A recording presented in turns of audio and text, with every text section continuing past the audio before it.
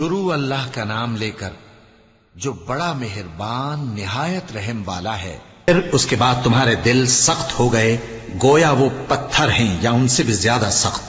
اور پتھر تو بازے ایسے ہوتے ہیں کہ ان میں سے چشمے پھوٹ نکلتے ہیں، اور بازے ایسے ہوتے ہیں کہ پھٹ جاتے ہیں اور ان میں سے پانی نکلنے لگتا ہے، اور بازے ایسے ہوتے ہیں کہ اللہ کے خوف سے گر پڑتے ہیں، اور اللہ تمہارے کرتوتوں سے بے خبر نہیں۔ مومنو، کیا تم امید رکھتے ہو کہ یہ لوگ تمہارے دین کے قائل ہو جائیں گے؟ حالانکہ ان میں سے کچھ لوگ کلام اللہ یعنی تورات کو سنتے پھر اس کے سمجھ لینے کے بعد اس کو جان بوجھ کر بدل دیتے رہے ہیں،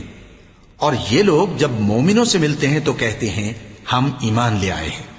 اور جس وقت تنہائی میں ایک دوسرے سے ملتے ہیں تو کہتے ہیں جو بات اللہ نے تم پر ظاہر فرمائی ہے وہ تم ان کو اس لیے بتائے دیتے ہو کہ قیامت کے دن اسی کے حوالے سے تمہارے پروردگار کے سامنے تم کو الزام دیں۔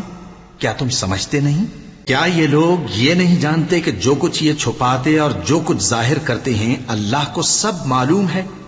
اور بعض ان میں ان پڑھ ہیں کہ اپنی آرزوؤں کے سوا اللہ کی کتاب سے واقف ہی نہیں، اور وہ صرف اٹکل سے کام لیتے ہیں۔ سو ان لوگوں پر افسوس ہے جو اپنے ہاتھ سے کتاب لکھتے ہیں اور کہتے یہ ہیں کہ یہ اللہ کے پاس سے آئی ہے تاکہ اس کے عوض تھوڑی سی قیمت یعنی دنیاوی منفعت حاصل کریں۔ سو ان پر افسوس ہے اس لیے کہ بے اصل باتیں اپنے ہاتھ سے لکھتے ہیں، اور پھر ان پر افسوس ہے اس لیے کہ ایسے کام کرتے ہیں، اور کہتے ہیں کہ دوزخ کی آگ ہمیں چند روز کے سوا چھو ہی نہیں سکے گی۔ ان سے پوچھو کیا تم نے اللہ سے اقرار لے رکھا ہے کہ اللہ اپنے اقرار کے خلاف نہیں کرے گا؟ یا تم اللہ کے بارے میں ایسی باتیں کہتے ہو جن کا تمہیں مطلق علم نہیں؟ ہاں کیوں نہیں، جو برے کام کرے اور اس کے گناہ ہر طرف سے اس کو گھیر لیں تو ایسے لوگ دوزخ میں جانے والے ہیں، اور وہ ہمیشہ اس میں جلتے رہیں گے، اور جو ایمان لائیں اور نیک کام کریں وہ جنت کے مالک ہوں گے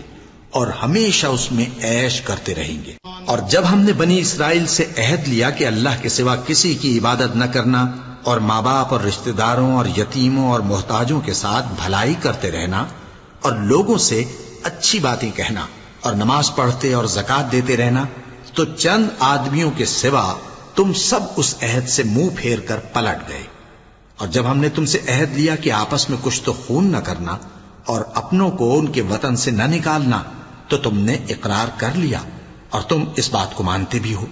پھر تم وہی ہو کہ اپنوں کو قتل بھی کر دیتے ہو، اور اپنے میں سے بعض لوگوں پر گناہ اور ظلم سے چڑھائی کر کے انہیں وطن سے نکال بھی دیتے ہو، اور اگر وہ تمہارے پاس قید ہو کر آئیں تو بدلہ دے کر ان کو چھڑا بھی لیتے ہو، حالانکہ ان کا نکال دینا ہی تم پر حرام تھا۔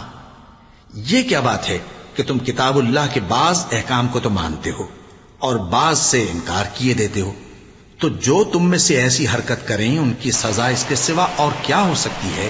کہ دنیا کی زندگی میں تو رسوائی ہو اور قیامت کے دن سخت سے سخت عذاب میں ڈال دیے جائیں، اور جو کام تم کرتے ہو اللہ ان سے غافل نہیں۔